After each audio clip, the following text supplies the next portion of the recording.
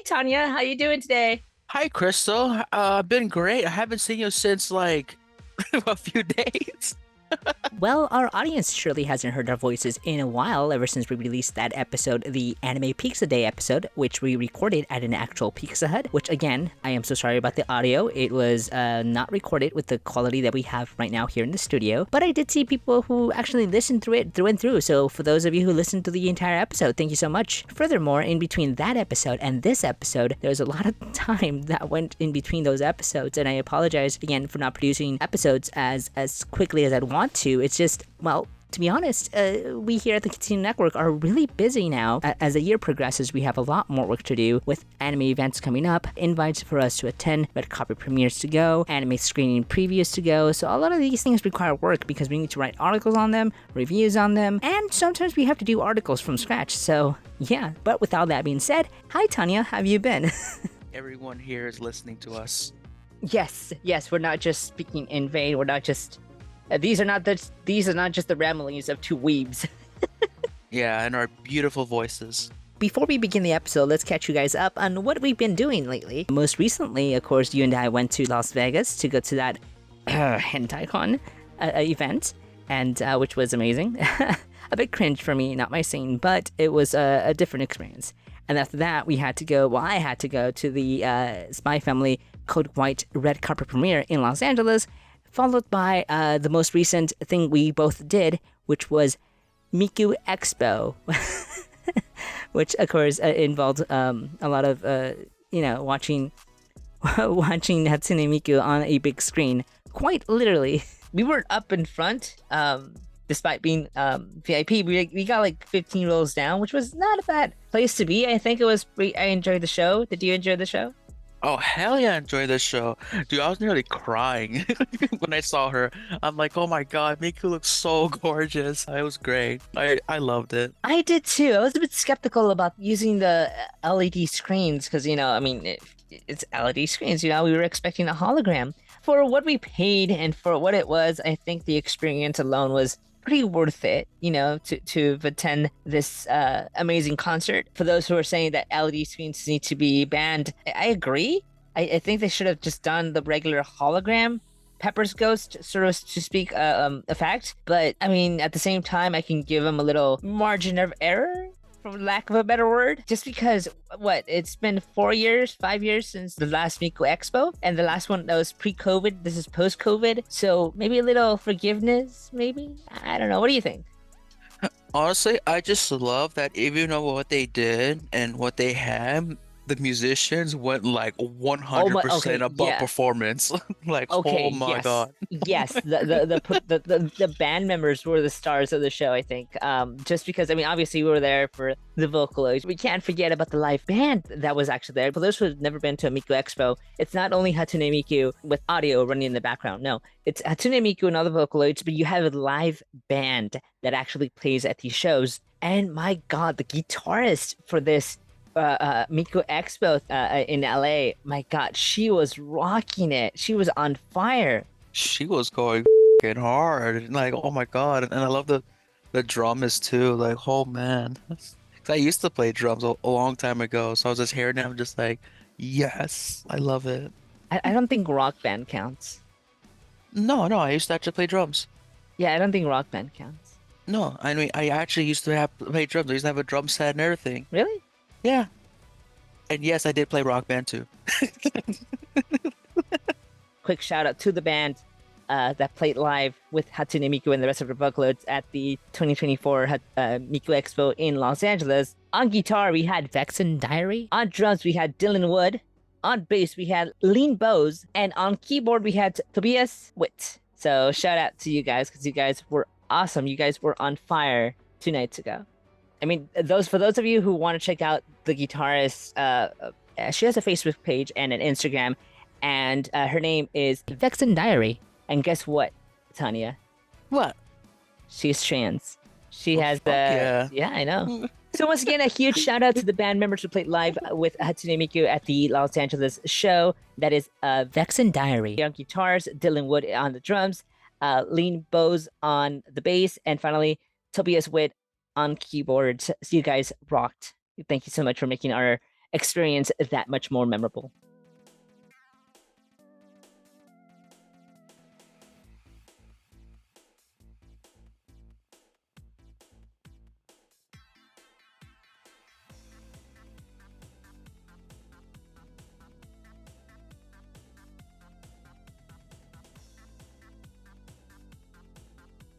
And for today's topic, we'll be discussing our favorite anime series and or anime films that we watched in the last year. Today is April 19th. Tanya, do you know what film premieres today in theaters? What is it premiering today? Spy Family Code White. Yep, you can watch The Forger Family up on the big screen. I watched it myself about 2 or 3 weeks ago at the red carpet premiere.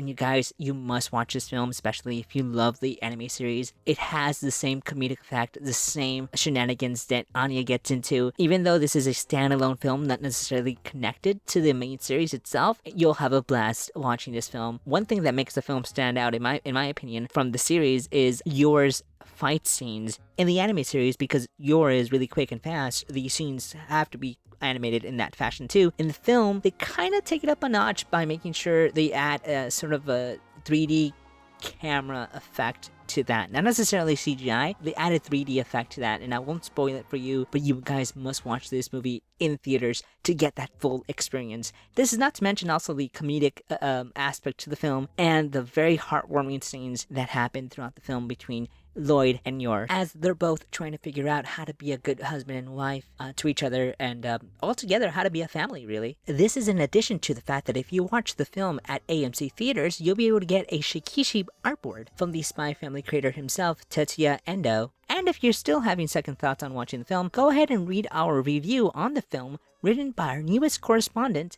Lynn. She went with me to the red carpet premiere and wrote a full-length review on the film itself. So if you guys are still on the fence and watching it, go ahead and read our review and then decide whether or not this is something you'd want to watch. And I'm gonna go ahead and just leave it at that, because I am starting to sound a little bit like a commercial here. Moving on.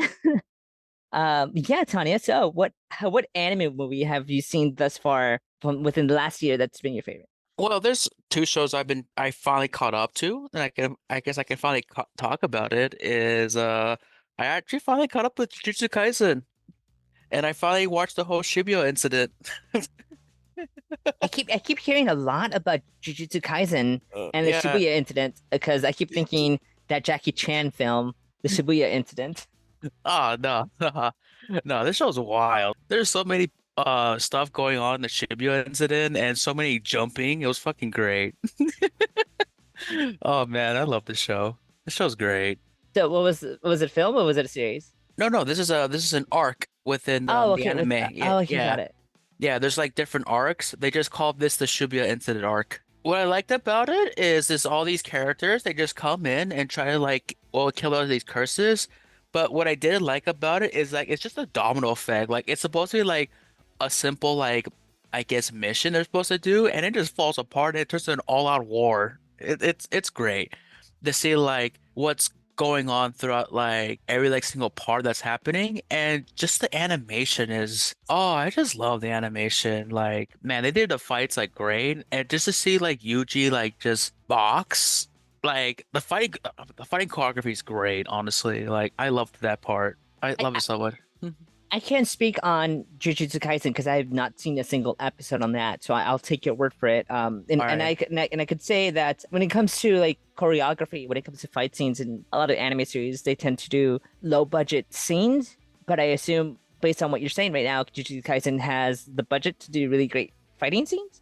Yes, yes, they do like it's an art style. It's hard to describe, I would say, but it when they do like the fight scenes, like I can imagine like the actual punch and how it's going on. It's not like it's cut off so you don't know what's happening. It's just animated like really great. Especially like the punching scenes, like it's based off like real fighting styles. So I love I it. wonder if they did like a live action film, like they filmed it with live action actors, and then they animated based on those. Sort of like motion capture for CGI. Maybe I wouldn't say that so far, but maybe like poses because Maybe. they're finding like curses and supernatural stuff, so a lot of like weird stuff happens too. So there's that. But oh man, there's a lot of like unfortunately like characters that like pass away in this arc, so it's pretty sad too. But it's like it's a roller coaster of emotions. I've seen some of the fandom from Jujutsu Kaisen tell me that it's very emotional, and I've, I've seen some of the memes too. They're silly. I know nothing of the series to understand the memes, but yeah, I've seen them before. Yeah. Like my boyfriend recommended it to me since like season like one, and I've been like watching that and then the inventory arc and the movie and finally this arc, which this arc just came out, I believe, last year. The arc you've been watching? Yeah, the Shibuya arc. It first originally aired in August 31st, 2023, and then it finished in December 28th, 2023. It's a very long arc. Oh, honestly, a lot happens in this arc that changes the whole show and flips the script. And I'm like, what? Every like episode, I swear. I really got to get my Jujutsu Kaisen on then, because I have not watched a single episode. But then Yeah. again, my taste in anime is like, Yeah, well, it's a shonen show. It's yeah, always yeah, but um, it's a good one, honestly. Like if I would recommend a shonen show to start with, definitely Jujutsu Kaisen. the only shoujin show I think Mm, I like this year, and just because I watched episode one, would be Kaiju number 8, mm. and just because it has like action but comedy as well. Oh, you're a fan of comedy, yeah. I like comedy in my action, yeah. I mean, Yeah. I grew up on Jackie Chan films, and if you know anything about Jackie Chan films, especially from those in the 90s and 80s, is that his films are a mixture of like serious and action and comedy in it. So yeah. But speaking on that, Mm-hmm. for me, movie or series wise, that's a tough one. I don't have the time to sit down and to binge watch an entire series as I used to now. Hmm. But if I had to pick one, there's a film that recently won an Oscar, and it's an anime film. And yes, it's by Mr. Miyazaki. And of course, I'm talking about The Boy and the Heron. Mm. Yeah, which is a film that I saw in October, November of last year. And it's, it's for what it is very much like my favorite film of Miyazaki, Spirited Away. The Boy and the Heron takes inspiration from Miyazaki's feelings like any other film, and that's what I love. I love a great slice of life drama storyline like Spirited Away. And I'm going to draw a lot of comparisons here with Spirited Away, just because Spirited Away, I've seen it thousands of times, and it's been my all-time favorite Ghibli film of all time. But yeah, The Boy and the Heron, I saw it in both English dubbed and subbed. If you watch it in both formats, I think you get a different experience, a different feel to it when you watch it in those formats individually. Speaking strictly on the film is about a boy who is trying to cope with the death of his mother, and it sort of deals with a little bit of isekai, and I think it's not that far off for me to compare it with Spirited Away, because remember in Spirited Away you have Chihiro who kind of gets lost in a spirit world, and much like Chihiro, our protagonist in Boy and the Heron kind of goes through the same experiences as Chihiro. And in this case, he's trying to cope with his mother's death, and at the same time meeting these wonderful eccentric characters, all characteristic of a great Studio Ghibli film. And spoiler alert, in case you haven't watched it, my favorite scene there, and I'll try to not give it away here, but there's a scene in the film where you have already met this character in the film, and then you re-meet them again in the film when they're young, and the boy meets them, but they are not aware it's them until, I think, towards the end. I'm not quite sure if it's only revealed to the audience or if it's revealed to the main character as well. That part I forgot. But that's my favorite scene when I figured it out, and I'm like, oh my god, that's blankly blank, you know? Again, I'm trying to keep this spoiler free. And my other favorite thing about the film was the fact that the English dubbed featured so many Hollywood voice actors. You had Christian Bale, who is, Howl in Howl's Moving Castle, so he comes back. And just so you know, he doesn't come back for this huge role. He's probably just in it for like 5 to 3 minutes sporadically throughout the film. You have William Dafoe and Robert Pattinson. His performance as the Heron was extremely fantastic. He did a voice that when I watched the trailer, I mistook it as William Dafoe, and it was actually Robert himself. That was amazing. He's great. He's a great actor. Very talented. Go Team Edward! Mark Hamill, aka Luke Skywalker, is also in the film. Ironically, his character that he voices actually kind of does look like him. So you'll know who he is. That's to say that he comes out towards the end. This is a great slice of life, coming to age. If anything, it's a coming to age story about a boy trying to deal with his mother's death. And once again, just like Spirited Away, it's a very emotional journey, captivating. Studio Ghibli never fails, and Boy and the Heron is no different than that. It just doesn't fail to deliver. Do I think that it deserved an Oscar? That's a story for a totally different time. But yeah, that's my opinion and my thoughts on Boy and the Heron. What about you, Tanya? Well, I don't have a show because I was specifically aiming for like last year's like original dates, and this one is kind of behind, but I finally caught up to the anime Chainsaw Man. Funny enough. Yeah, does Chainsaw Man even have a film yet? No, There are two for a film, right? I think so. Yes. So how'd you like that? Oh, I love Chainsaw Man. Oh my Okay, God, that's it's another anime that's although yeah, shonen, I love because it's gory, yeah, it's action, and there's this super gory. there's that there's that dynamic between main character and the girl character. You mean Denji and Makima? Thank you. See, that's how much I don't know about that series. I have not Bro. watched a single episode. I've only watched the little cutscenes, but I mean, I love it in the sense that this is something that I do love. And regarding the anime film, there is an anime film that actually just was announced in I don't know when it was announced, but it was announced recently, titled Chainsaw Man the movie Reze Arc. Reze? Is it Reze or Reze? I don't know. So yeah, there is already a film announced for that. There's that dynamic between Denji, which is of course Chainsaw Man, and Mikata. Mikata. Isn't it Mikata? Makima. You're talking about the red hair girl, right? Yeah, the one with like the Yeah, the, Makima. the horns, Oh, right? oh, the horns. Oh, I'm sorry. Oh, I'm no, sorry. no, no, no, That's yeah, power. That's power. that's Himeno, right? Okay, I'm out of like, I, Bro. Yeah, Makima is the red hair girl. Himio is the green hair girl. Power is the horns girl. is that like her nickname? Because there's no character named Makima here. What are you looking at? You looking The official Wikipedia page for the series. There's only the two main characters. It's Denji and Asama Mitaka. Oh wait, there is Makima and Power. Never mind. I'm about to cut this whole thing. I'm flabbergasted. I'm like, what? Actually, the only character that I owe that I know of is Pochita. Oh yeah, I love Pochita. I want to plushie a Pochita. Actually, I had one. I have one that I got at Ross for like $2. Aw. It's like I know he's so cute. Shout out to Lindsay Siddell who voices Pochita in English dub, of course. Yeah, of course. I watched the whole series in English dub. But the other thing I like about the show is just how dark it is, and then how the whole like society revolves around devils and contracts. And I think that's honestly like my favorite part of the whole series is that build up to what it going to be in the future, especially like the whole society how it works around devils. And I think I just absolutely love that so much. Honestly, I just love Denji and Makima's relationship. It's like a very manipulative relationship, and I love it, honestly.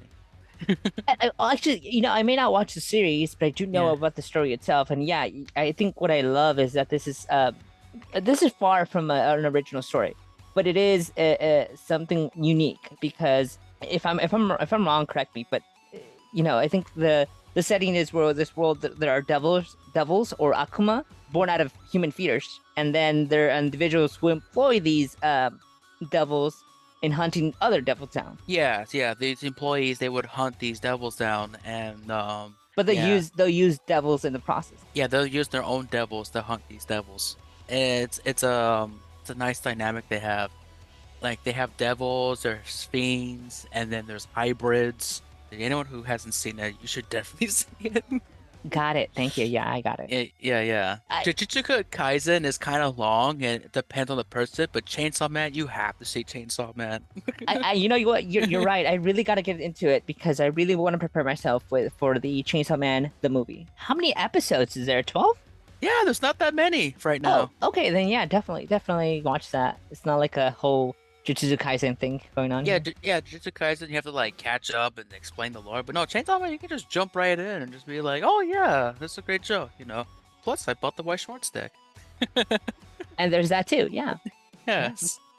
Oh yeah, so if you don't know, I do play a lot of card games. So So going back to me, another film that I watched within the last year, let's see here. The one that I can think of straight off my mind just because of how unique it was, is a film that I watched last year at the Animationist Film Festival, and it's a story by none other than the creator of the Astro Boy franchise, Osamu Tezuka. One of his life's work aside from Astro Boy was a manga called Phoenix. And that particular work was adapted into many anime OVAs, plays, TV shows, series, TV movies, and the most recent adaptation, Phoenix Resonance Flower. And it was a really unique film. I don't even know how I can begin to describe it. Again, this is from Osamu Tezuka. So the film is philosophical in a way, just like Metropolis and Astro Boy is. It deals with post-apocalyptic elements. It also has the human element, or the human condition, what it means to be human, what it means to be, it has sort of like the human evolution in it in a way. It does keep you thinking, despite it being a anime film. But in the end, I'll be honest with you, Tanya, I was left thinking, what the fuck did I just watch? Because despite it being, it's nothing like Metropolis, it's nothing like Astro Boy. There's a lot of scenes where I was like, what the am I watching? The beginning scene and the ending scene deal with incest. I don't want to say it was weird, but it was definitely unique. Just a quick note, I don't think the film was actually dubbed in English.